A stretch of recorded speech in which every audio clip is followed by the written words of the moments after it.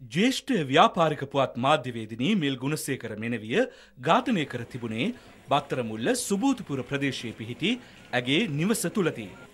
ඇය තම මව පියා හා සොයුරා සමග මෙම නිවසේ වාසය කරමින් සිට ඇති අතර ඇගේ මව්පියන් උදෑසන දේවස්ථානයේ වෙත ගොස් පෙරවරු 8:30ට පමණ යලි නිවසට පැමිණි අවස්ථාවේ ඇය පිහියනුම් තුවාල සහිතව මුළුතැන් ගෙයි වැටී සිටිනු දැක තිබෙනවා. ඇයගේ බෙල්ල ප්‍රදේශයේ කැපුම් හා පිහියනුම් තුවාල දැකගත හැකි වූ බවයි පොලිසිය පවසන්නේ. මෙල් ගුණසේකර මෙනවිය මිය යන විට 40 වෙනි වියෙහි පසු වුණා.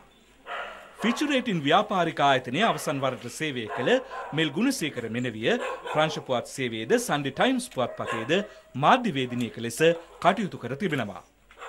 නිවසේ ඇති කරන සුනකයන් සිව් දෙනෙකු පවා සිටියේදී ඇය ඝාතනයට ලක් වූයේ කෙසේද යන්න පිළිබඳ විශේෂ අවධානයක් යොමු වූ බව පොලිස් මාධ්‍ය ප්‍රකාශක ජ්‍යෙෂ්ඨ පොලිස් අධිකාරී අජිත් රෝහණ මහතා සඳහන් කළා.